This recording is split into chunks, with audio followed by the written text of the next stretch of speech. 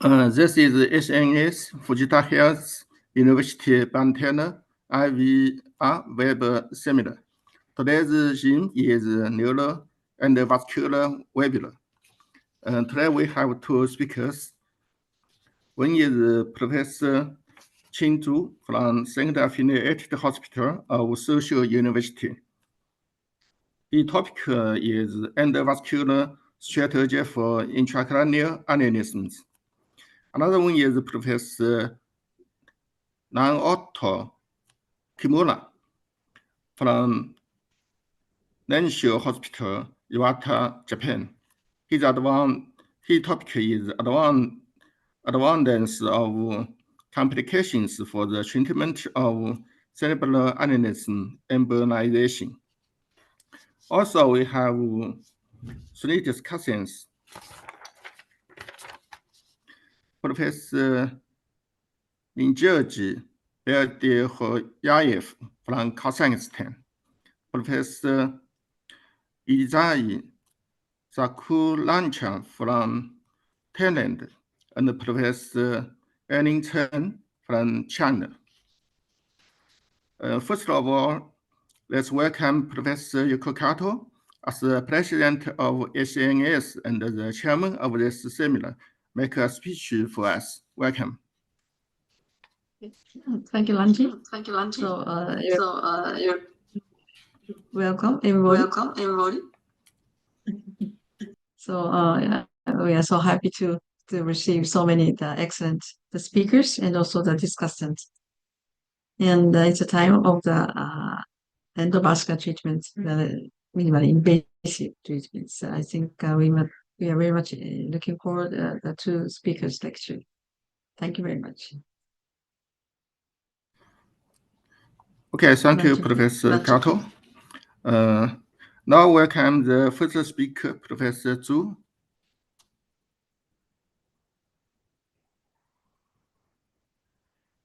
Okay, thank you, Professor Bantane. Okay. And I will speak. Good afternoon, ladies and gentlemen. And I'm very glad to have this opportunity to introduce the work of the neurovascular team led by Professor Lan Qing in endovascular treatment for the intracranial aneurysms. And as we know, intracranial aneurysm is the abnormal dilation of the intracranial artery. The overall prevalence of unruptured aneurysm is about 2% in the general population, and the annual risk of rupture is 1.2% over 5 years. And patient-related risk factor for rupture include old age, female sex, smoking, and hypertension. And aneurysm-related risk factor include size and the posterior circulation location. And this remains the controversy regarding optimal management. The ISAT trial demonstrated that the endovascular coiling is significantly more likely to result in survival-free of disability after subarachnoid hemorrhage than neurosurgical treatment. These results lead to remarkable increasing of the endovascular treatment for intracranial aneurysm instead of microsurgical clipping. And historically, the endovascular strategy for intracranial aneurysms has gone through 3 eras, from intracerebral filling era to aneurysm neck repair era, and reaching parent artery reconstruction era using flow diverter. Firstly, let us review the available instruments for endovascular treatment. And in 1976, Professor Sebeneko invented the technology of detachable balloon embolization and successfully used in the treatment of the carotid cavernous fistula and the intracranial aneurysms. He described endovascular neurosurgery as the knot that deserved to be untied, and he known as the father of endovascular neurosurgery. The following milestone events is the invention of detachable coil. And in 1980, Professor Guglielmi discovered the phenomenon of electrolytic detachment occasionally, which leading to the occurrence of GDC 10 years later. And up to 1991, he has succeeded in endovascular treatment of intracranial aneurysm and carotid cavernous fistulae.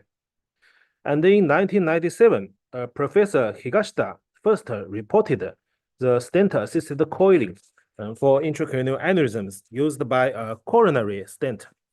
And the first similar case was achieved in China in 20.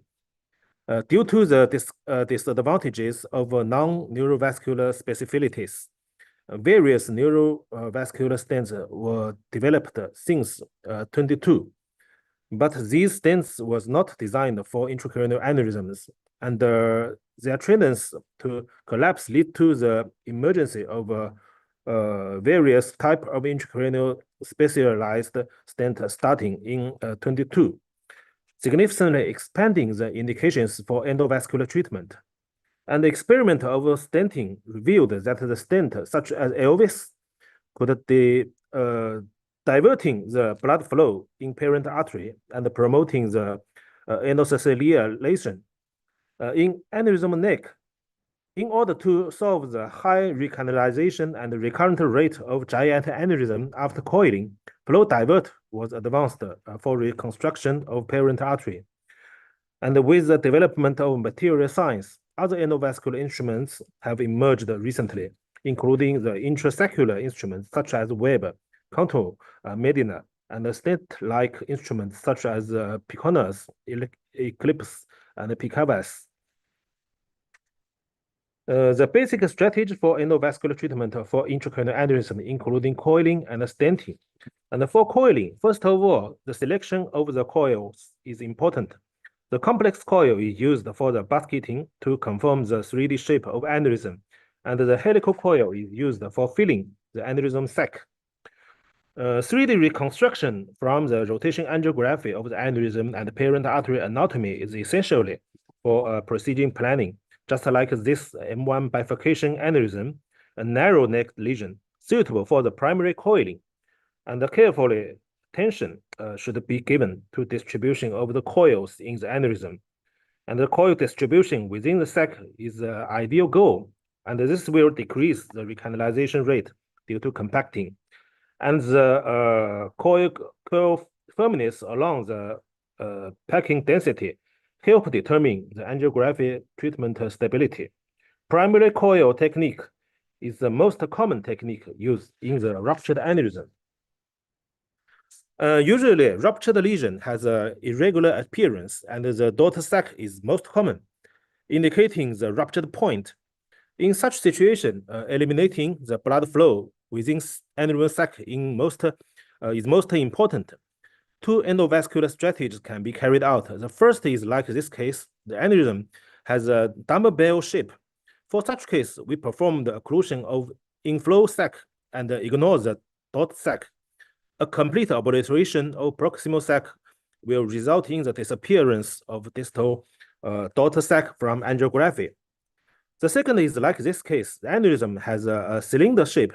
For such case, and the dense coiling within proximal sac alone is quite difficult. So we perform coiling from daughter sac to neck part by part in order to prevent recanalization of the ruptured point. Primary stenting is seldom used clinically, but for vertebral basilar telangiectasia, overlapping 2 to 3 Leo stents sometimes is an effective way to reconstruct a normal basilar lumen. Nowadays, with the endovascular concept advanced to reconstruction of parent artery, flow diverter was widely used for giant ICA cavernous segment aneurysm. The advantage includes simplify the procedure, avoiding occupying effect due to a large amount of coils, and significantly decreasing the recanalization and the recurrent rate. In order to resolve the more complex lesion, advanced strategies were developed. The regular micro guide wire and micro cassette are used in preventing the coil herniated from the sac to the parent artery. In relative distal vessel, such as A2 or M2, we select a micro guide wire, just like this case, helping the satisfactory coil basketing. And in relative proximal vessel, such as M1, A1, or PCOM, microcatheter is more suitable. In this case, the microcatheter protects the internal carotid artery and the posterior communicating artery simultaneously. Double microcatheter coiling is another effective method for stabilizing the coil within sac. In some wide neck aneurysm, this technique helps us to avoid antiplatelet after stenting, especially suitable for the ruptured points. Balloon remodeling coil can be quite effective for wide neck aneurysm, but it requires frequent inflation and deflation of the balloon. This technique is not well suitable for the ultra-wide neck aneurysm.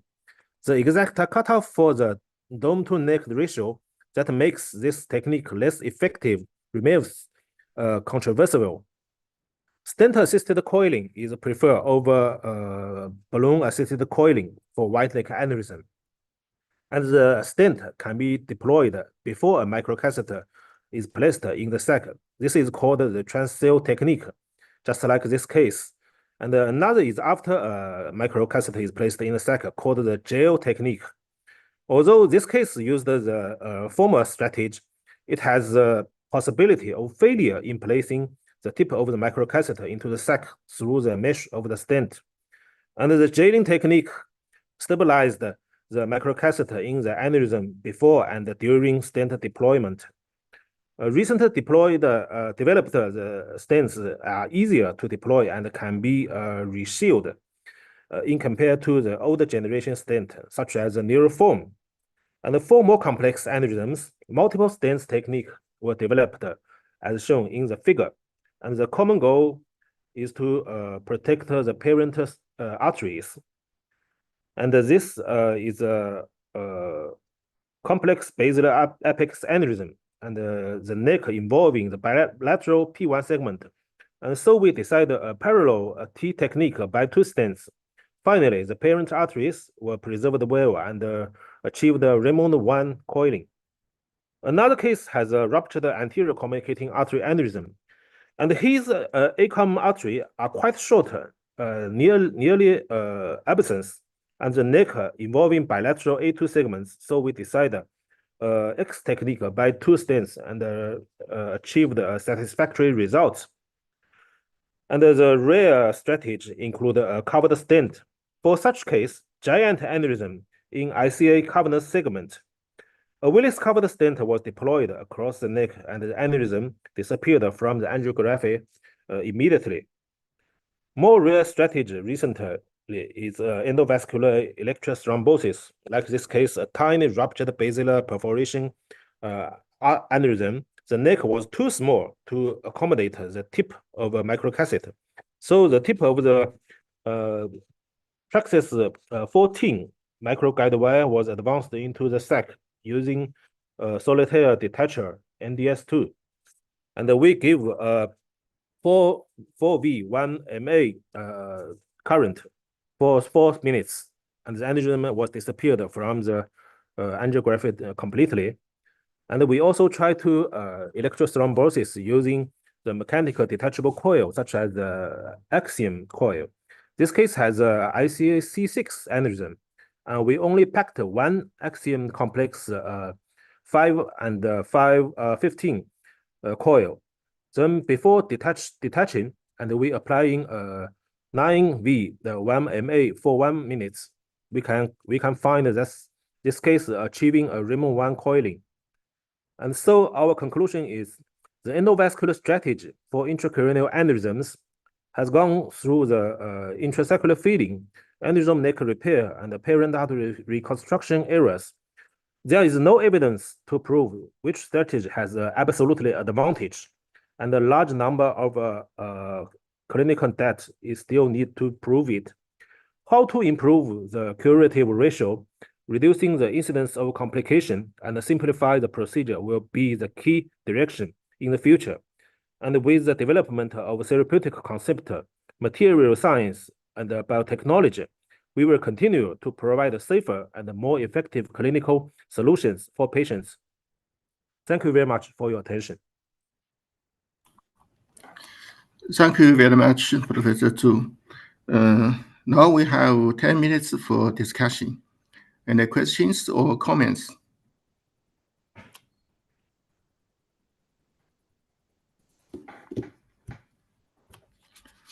Jesus? Please. Sensei,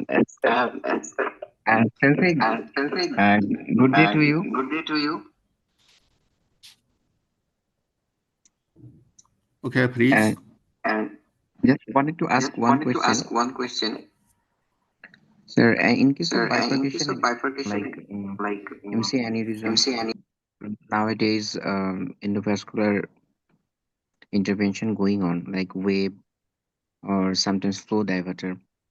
So, if is there any comparative study regarding the use of wave or flow diverter in case of bifurcation aneurysm, especially in MC bifurcation?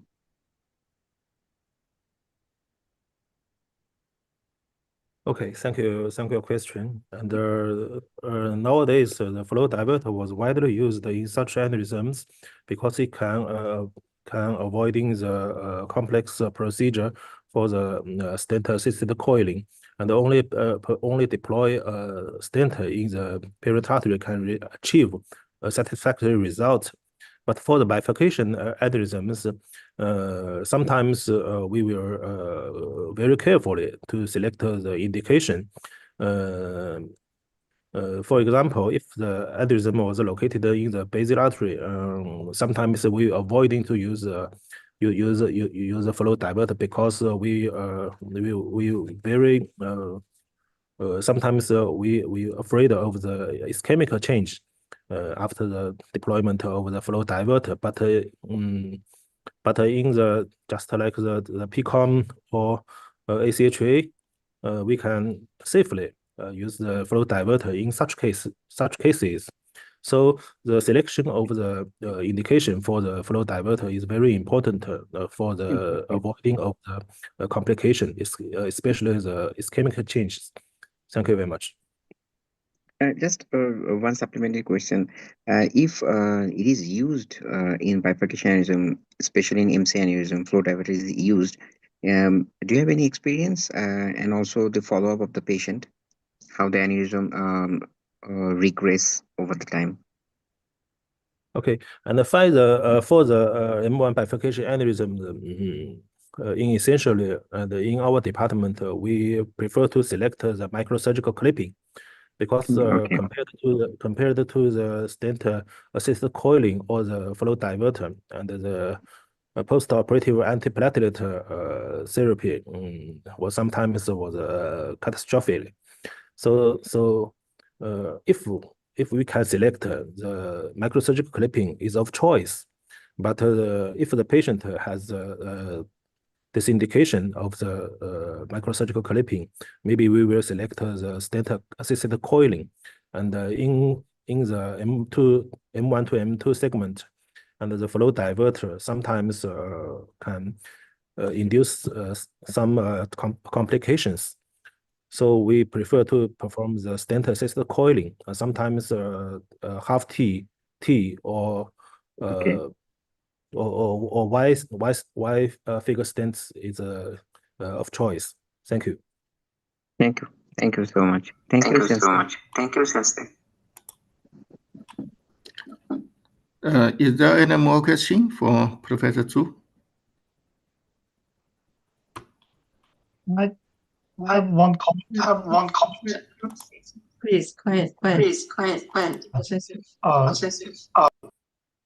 From the previous question, for the bifurcation aneurysm, I think the web device is very good indication. But if you have to jail the main trunk, so for that reason, I follow the professor that for the sidewall aneurysm, the flow diverter stent is very good indication. But for the bifurcation aneurysm, I think it's better to use the web or the stent assist coiling, something like that. Okay, thank you, sir. Thank you.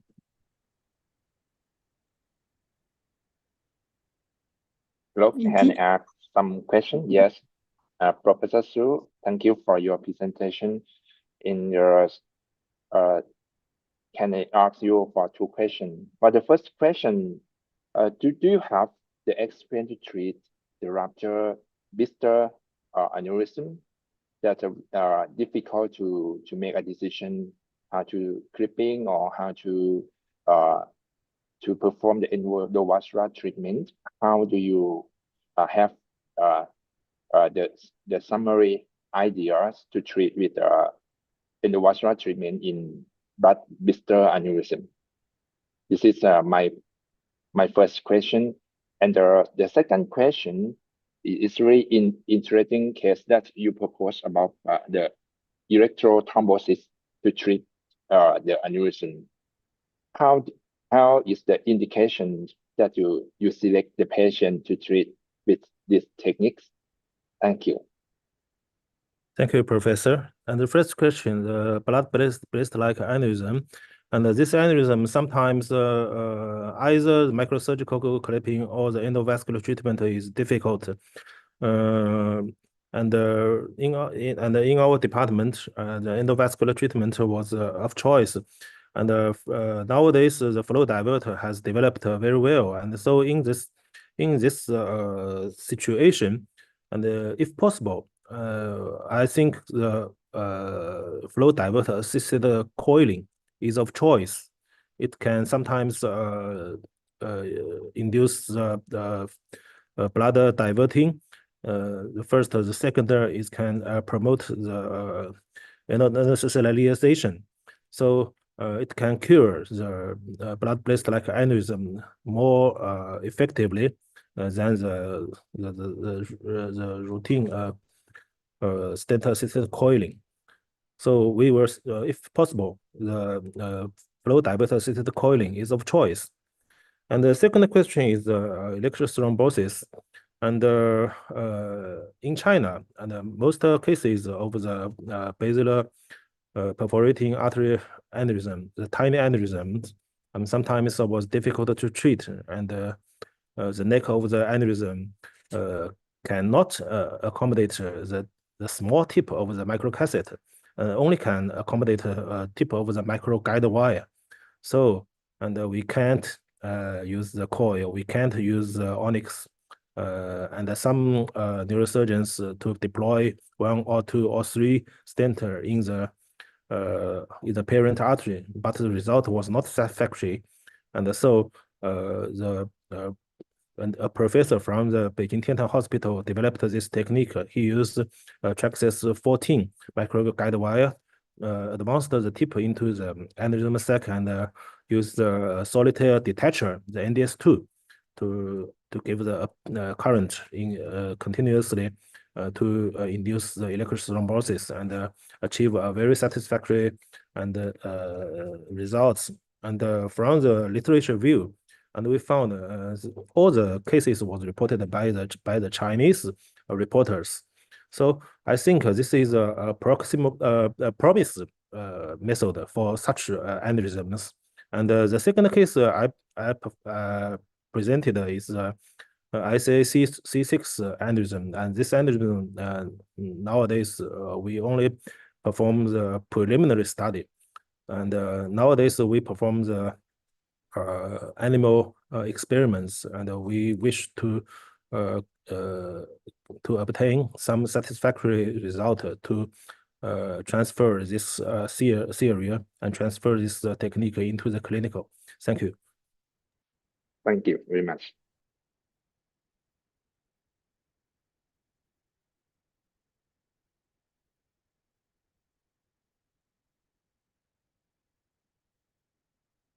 So, Glenn, can you unmute your mic, please?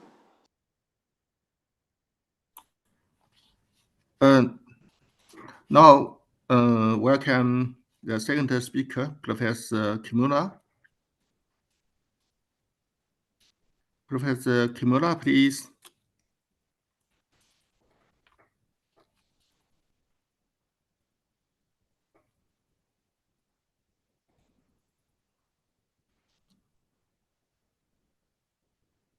Okay. Can you hear me? Can you hear me? Yes, please. Okay. Okay, I start my presentation. It is my great honor to have in this ACNS meeting. And my topic is about the avoidance of the complications for the treatment of aneurysm.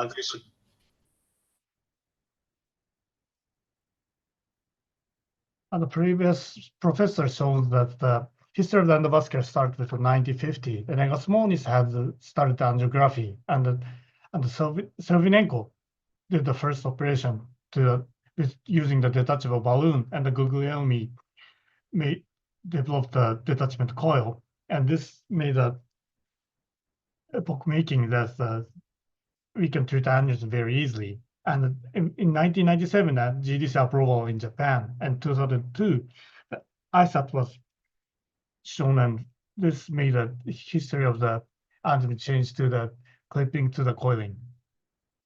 And in 2020, in Japan, the brain aneurysm treated cases, the endovascular was treated by 50,000, and comparing the clipping surgery in 40,000. So from this year, the endovascular treatment outnumbered the craniotomy clipping surgery in Japan. So these days, the coiling is the endovascular is the most common treatment for the aneurysm treatment. And this is the history of the endovascular in Japan. There are several devices that we cannot be available in Japan, and also it's every country has the same situation. In 1997, the coil became available. The balloon assist became available very soon. And the upper side is unruptured aneurysm, and the lower side is ruptured aneurysm. You can see very many devices is developed for the unruptured aneurysm. But when we see the ruptured aneurysm, we only have the web devices. In Japan, unfortunately, usual stent is not available for the ruptured cases. So for the ruptured cases, we only have the balloon assist coiling, the coiling, and the web. But the coiling is still mainstream of the aneurysm treatment. So today, I focus on the only coiling endovascular procedure, complication. So the complication during the procedure, we have 4 types of complication: the growing hematoma and the vascular access complication, and the second is the inter-procedure aneurysm rupture, and the third is the thromboembolic event, and the fourth is the coil migration.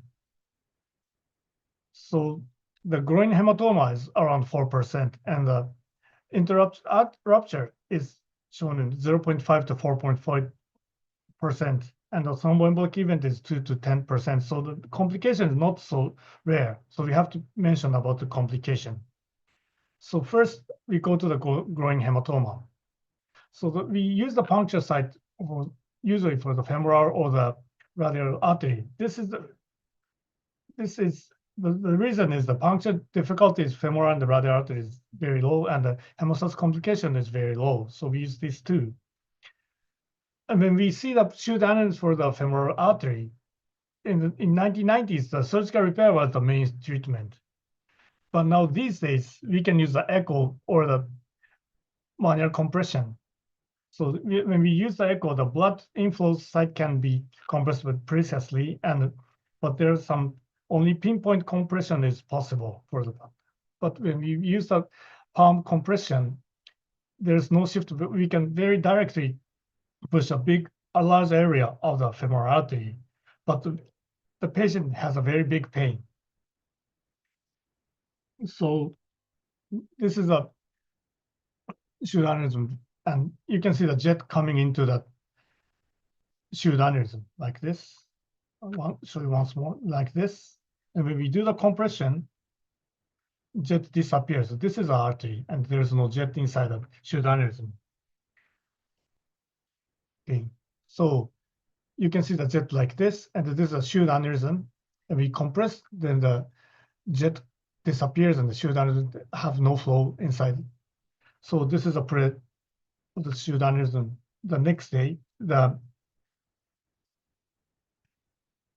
density of the clot changes. So this means the shoot aneurysm is cured.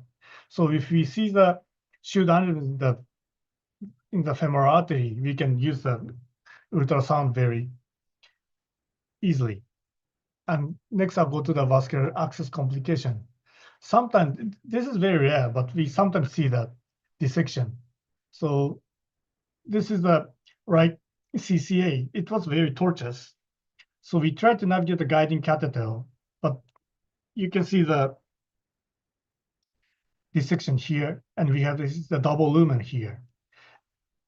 Most of the cases like this, if we wait for a while and we don't do anything, it will disappear after just observation. We can see a very tiny double lumen, but the mainstream is cured. But sometimes if you have a big dissection like this patient, after procedure, the patient had a chest pain, and when we check the CT angio, you can see the very big dissection like this. So we have to be very careful to navigate the guiding catheter in these cases. Now I move to the intra-procedure aneurysm rupture. It occurs 0.5 to 4.4% per cases. And once it occurs, the morbidity rate is up to 33 to 44% and mortality up to 11%. So it is very dangerous complication. And small and fragile aneurysm is a risk factor of the rupture. So how to avoid an intraoperative rupture? I think it is very difficult. So we have to mention, we make the coil may rupture the aneurysm. So in Japan, mostly for the aneurysm cases, the balloon is preparation. So we make the balloon and we put it on the table, and if some rupture occurs, we navigate very rapidly and get the hemostasis. And if the rupture occurs intraoperatively, we lower systemic blood pressure immediately and neutralize the heparin with protamine and inflate the balloon catheter and stop it. Like this case, this is a microcatheter and this is a coil. You can see the coil getting out from the aneurysm. At this case, we lower the systemic blood and neutralize the heparin and inflate the balloon catheter like this. And do not remove the coil, because the coil stopping the hole. So if we remove the coil, the blood goes out. So do not remove the coil. And the coiling is started from outside of the aneurysm sac and advance back into the sac and sandwiching the ruptured side like this. I'll show one case. This is 83 years woman. She had a right MC aneurysm previously, and she did VP shunt, but she had another rupture, and she came to our hospital. And we saw that this very tiny basilar SC aneurysm like this. So she's very high age, and she has a very high grade SAH. So we managed to try to do this with the coiling. So this is the size of that. It's a very tiny, very small. The dome neck ratio is very high. So we navigated the microcatheter and the balloon. This is a balloon catheter, and this is microcatheter. And this is a video. I don't like to see this video, but I'll show you this. Unfortunately, this patient was done by the general anesthesia, so the picture moves. But once my junior colleagues started to not insert the coiling like this, he was trying to put the coil without balloon like this.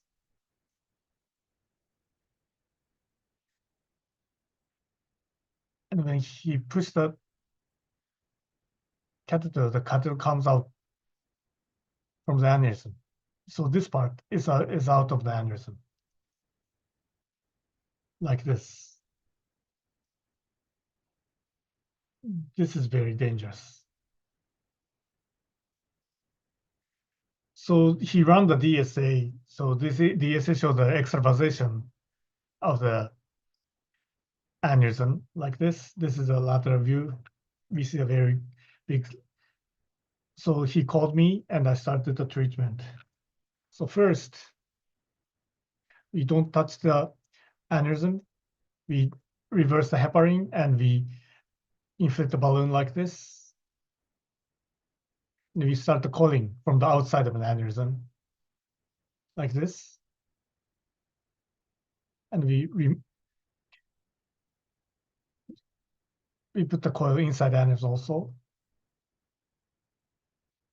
like this.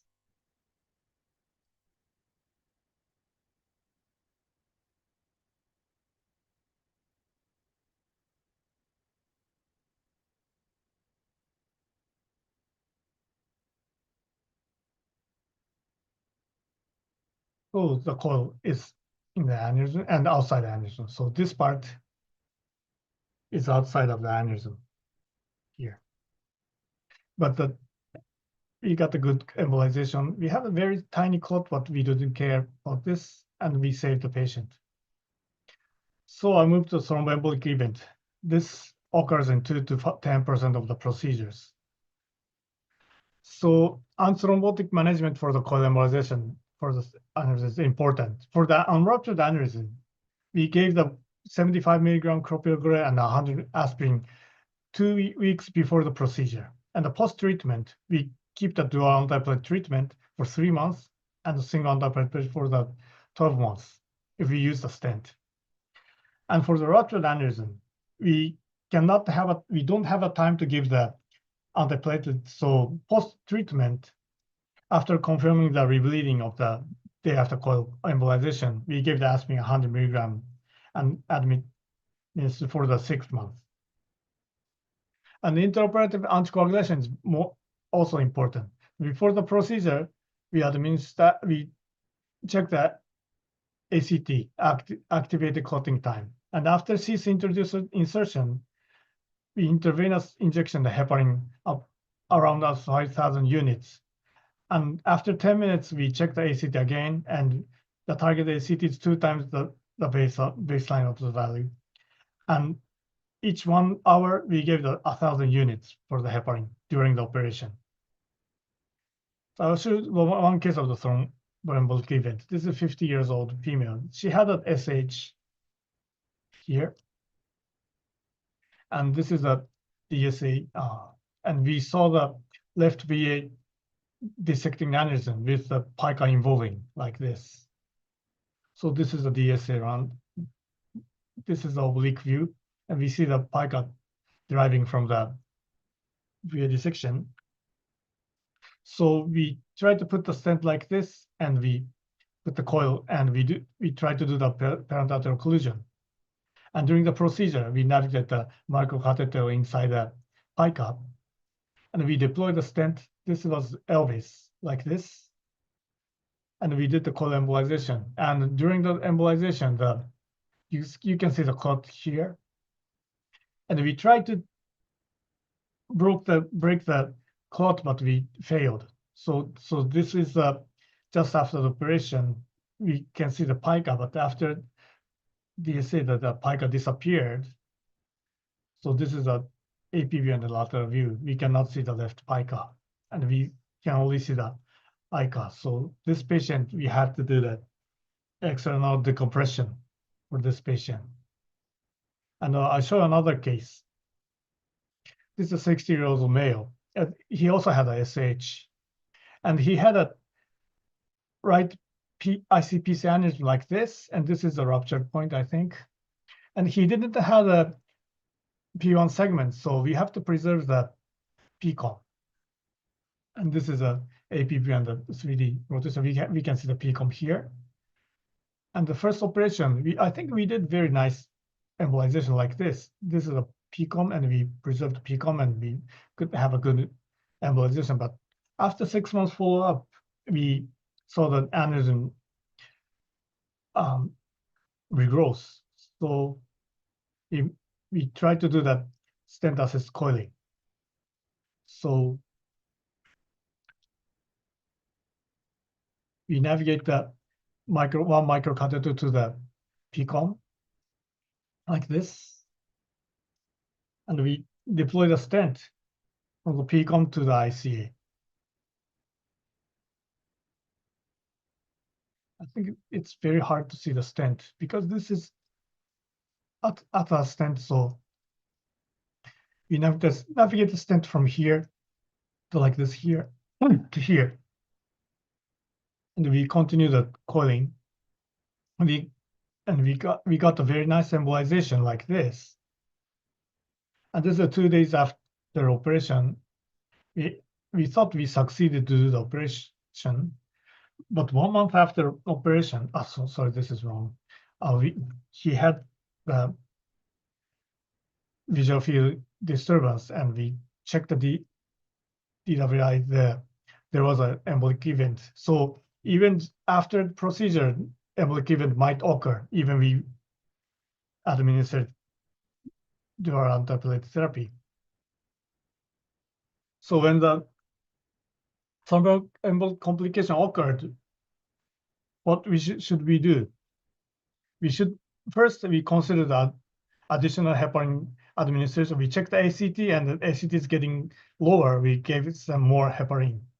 And the interarterial fusion of the thrombolytic agents like TPO, urokinase, or osager sodium, and the use of the G2B3A inhibitors. But this is not available in Japan, so we cannot give the tirofiban for the patient. So we only can do the urokinase or the osager for the patient.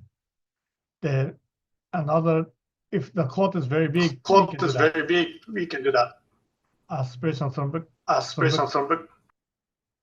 So, and also monitor systemic neurological status. So, sorry.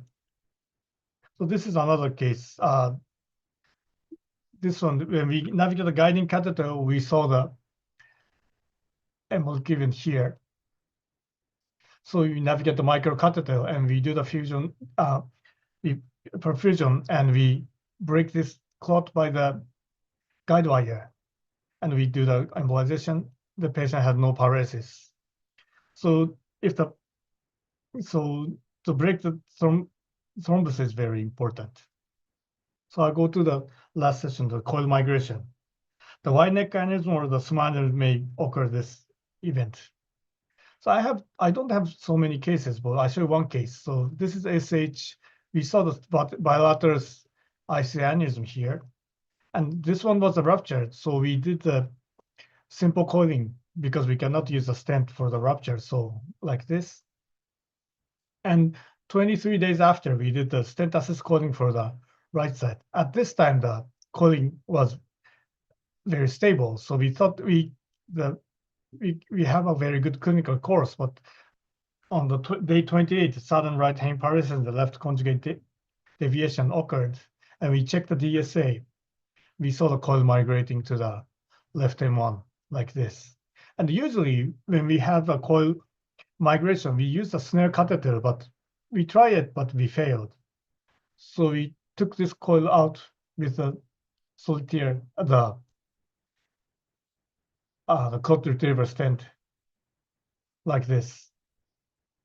And we got a good canalization, but unfortunately he had the aphasia exist for this diffusion high image. And sometimes we have some unexpected complication sometimes occur. This is the left MC aneurysm cases. We did the coiling like this stent assist coiling, and the aneurysm had a regrowth, and we had a very severe edema here. So we thought we cannot treat this anymore with the coiling because the mass effect will be more severe. So we try to put the STMCA and we close this branch like this. I'm not expert in the bypass surgeon, but we still have to do some bypass even because we are the neurosurgeon. So we check it and you put the bypass here. Sorry, this is not I'm not good at bypass surgeon, so.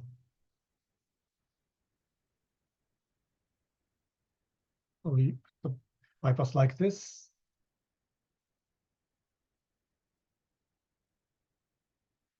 And we occlude the proximal M1, IM2.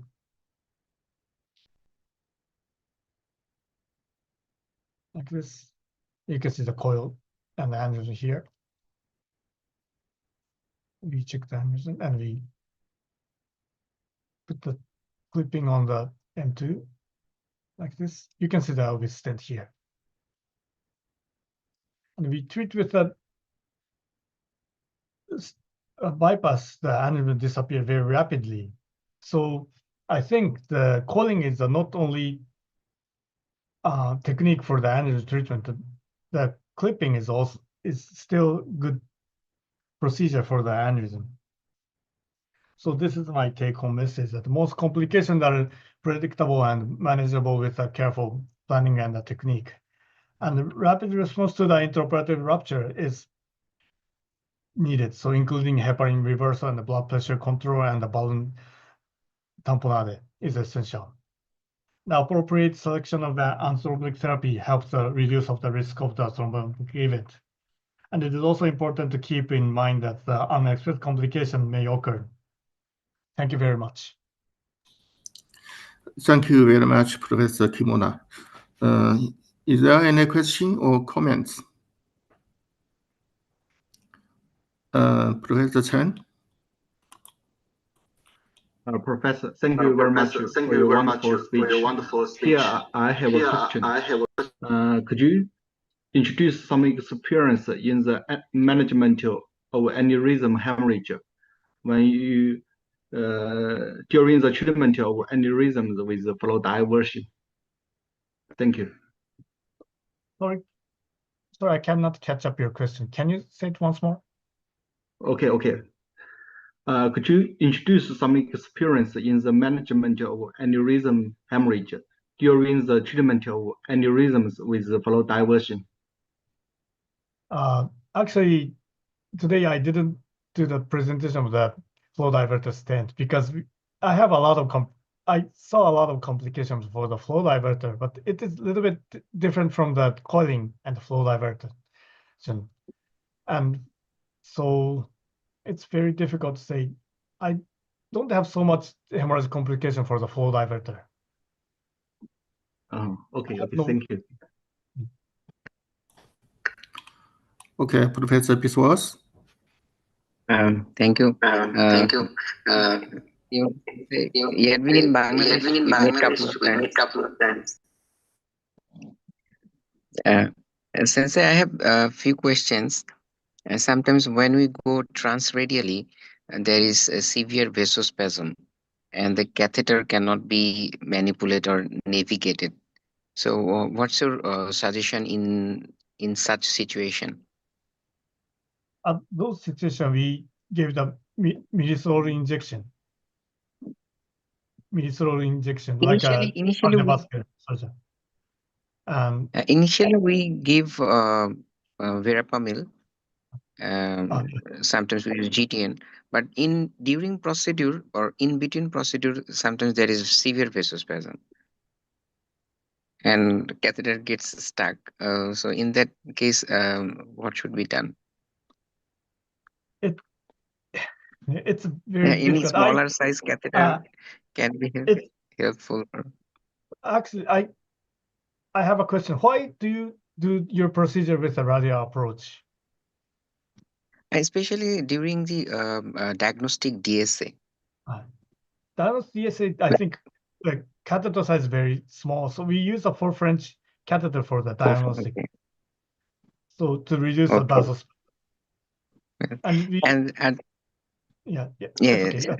Please say.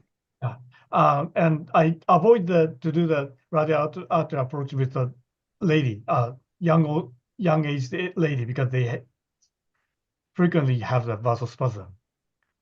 Oh, okay. Very important tips. Thank you. And one question, since sometimes during diagnostic DSA of ruptured aneurysm, we had 2 cases where the aneurysm again ruptured during DSA. And we are not prepared. We didn't have balloon. We compressed the ipsilateral IC because it was a PCOM aneurysm, and kept compressed over the ipsilateral IC. And luckily, we have escaped any unwanted situation. Do you suggest this type of practice when we are unprepared? Actually, in my institute, we do the CT angio for the diagnostic, because these days the CT angio quality is getting better, and I have one experience that ruptured during the DSA. At that case, it's very difficult to save.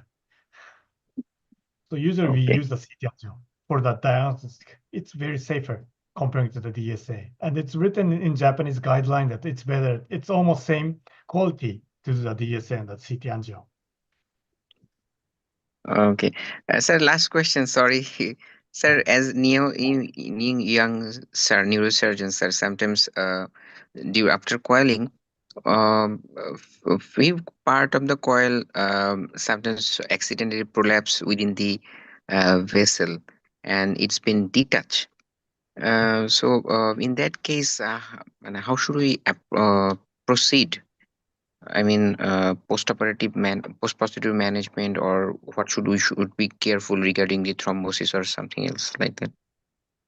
Actually, if the coil is very tiny and if there's no neurological deficit, I think I do nothing. But if Okay. there's or if we think we can catch no coil, aspirin. yeah. And I gave them the aspirin, and I tried to catch with the snare catheter. During the procedure, I think I'll try with the snare catheter. But after procedure, if the coil migration and there's nothing, I think I do nothing. Okay. Okay. Thank you, sir. Thank you. Okay, thank you very much. Is there any more? Okay, I have one question. Yeah, hello, Dr. Kimura. Good. Thank you Please. for telling me a lot about the paper reviewer. Thank you. And for one question, because of endovascular device now very popular in Japan, especially web, do you have some accidentally intraoperative rupture during push the web in the bifurcation aneurysm, and how you can deal with the complication like this? Actually, I 30 cases for the web device, but unfortunately, I'm lucky that I have no ruptured case, intraoperative ruptured case. But if we have a rupture during the web deployment, I think it's better to put the web very rapidly, because we deploy the web, the bleeding will stop. And how about the occlusion rate in immediately when you push the web? Is there immediate occlude, or it just re-ruptures after we put the web in the acute in the ruptured cases? I only have one case for the ruptured case, but it occluded very rapidly. And we check it we checked the DSA 1 week after operation. It was already gone. The aneurysm was already gone. So maybe it's effective. Okay, thank you. And for the another one, I want to share about my experience to use the tirofiban in my country, because we in Thailand we have this medication in the rupture case. When I consider to put the four diverters or stent assist coil, I never give the clopidogrel or aspirin by orally. I just give it immediately. Then I just put the stent. I think it's really effective, and there is no the serious complication from the breathing. Yeah, then we can switch to the oral therapy like a clopidogrel or aspirin. I think it's a very good. And for the another effective, when the coil collapse to the parent artery and cause the embolism, when we give tirofiban, it's very dramatically to resolve the embolic. Yeah, it's really good one. I recommend. if you have the chance to use it, I think it's really very safe and effective. Thank you. Thank you very much for your comment.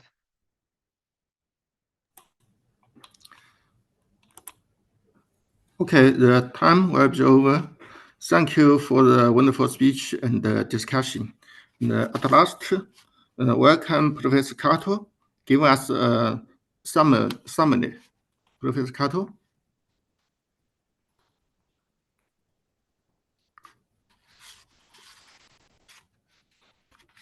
So it was wonderful lecture.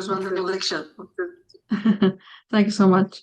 So recently in our institute, it's very seldom to use a coil, just about 1% of the aneurysm obliteration. Recently, so many web cases, even the MCA aneurysm. So I think Kimura Sensei talked us so many tips of the complication of the aneurysm and the treatment. And also the Dr. Zhu Qing, maybe your student, I think. He gave us so many nice advices. So I think maybe the final word by Dr. Iti Chai, that he is an expert of the endovascular. Iti, please make a short summary. Yes. Thank you for all of you to present very interesting topics today, because nowadays the endovascular treatment can access in every kind of intracranial aneurysm, both of rupture and non-rupture cases, and the results for long-term treatment, I think, is better than the previous study. Yes, and I have the experience about the series to follow up after treat, both of the simple coring or device-assisted coring. I think it's really effective. So I want to encourage for the young generation to learn a lot or to practice how to treat with endovascular and how to success about the treatment without complication. This is the good point that we learn a lot for today. Thank you. Thank you very much. So maybe finally, I would like to invite Dr. Prasad from Afghanistan. Konnichiwa. Salam alaikum. Thank you very much. It was very nice and good webinar. Thank you very much. And unfortunately, we in Afghanistan, we haven't advanced neurosurgery and endovascular neurosurgery as well. And we would like and hope that you and our colleagues and Asian countries help Afghanistan for training and also donation equipment and instruments to upgrade our skill and also knowledge as well. Thank you very much. Thanks so much. Okay. So, Nandi?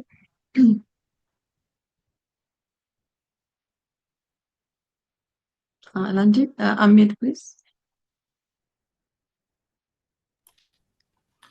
Today we give 2 lectures on endovascular treatment in order to better treatment cerebral vascularities. The combination of microsurgery and intervention treatment is our development direction, which deserves everyone's attention. Maybe we will discuss it later. Okay. Okay. So, shall we finish the webinar? Nandi? Yeah. So we will finish this seminar now, and thank you very much for all for your participation, and see you next time. Okay. So, bye. Okay, thank you. Bye bye. Arigatou gozaimasu. Arigato. Bye. Arigato.